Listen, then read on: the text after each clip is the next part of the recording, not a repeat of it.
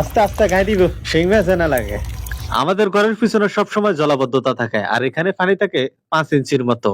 হঠাৎ করে এখানে কি যেন খটখট খটখট আওয়াজ করতে লাগলো, তো আমি চিন্তা করলাম এটা পানিটা নিষ্কাশন করে দেখি, এখানে হয়তো মাছও আছে। তো যেই বাবা সেই কাজ, মাত্র 5 মিনিট কষ্ট করার পরে দেখতে পাচ্ছেন কইটায় জাগুর থেকে শুরু করে শিং মাছ, দেশীয় যত রকমের মাছ আছে সব মাছই এখানে পাওয়া যাইতেছে। ও আগের জমানার মুরব্বীরা বলতো না, সোনার দেশে সোনা না কপাল হইলো সোনা, এই আমাদের অবস্থা সিঁড়ে হয়েছে আর কি। এখানে পানি নাই অথচ মাছে ভরপুর। বাইরে আমরা অনেক সময় নিজের রিজিক নিয়ে চিন্তা ভাবনা করে থাকি, আর দেখছেন নি আল্লাহ কার রিজিক কোথা দিয়ে রাখছে এটা একমাত্র আল্লাহ রাব্বুল আলামিন কইতে পারবে। এই এত অল্প পানির মধ্যে এত রাজার মাছ, তাও আবার মনকে মন কেউ চিন্তা করবো এত মাছগুলো এখানে করতে গেছে। 5 মনের মতো মাছ পাইলাম, তাই আপনাদেরকে বলছি ভাই আপনারা রিজিক নিয়ে টেনশন করবেন না, কথা বুঝছেন? যেই কাজই করেন যেটাই করেন একদম মন দিল দিয়ে করতে থাকেন, দেখবেন আপনি এটাতে সফলতা পাইবেন। ভাইয়া সত্য কথা বলতে আমি একদম কোনো কিছুর ডরাই না, একমাত্র শিং মাছ ব্যতীত, বুঝছেন? আসলে আমি এমনি কিন্তু বীর পুরুষ ভাই, কিন্তু শিং মাছের কাছে গেলে একদম বিলে হয়ে যায়। যে মাছ ধরতে ডর লাগে এবং খাইতেও মজা লাগে, এই মাল আমার কাছে গুরু গুরু সামনে আইবারে ভাই কিতা করতাম চাই কমছে। আমার একটা পরামর্শ দেন যে এই মাছ আমার জন্য না হয়। ঘরের বেড়ির লগে ঝগড়া করতে যেরকম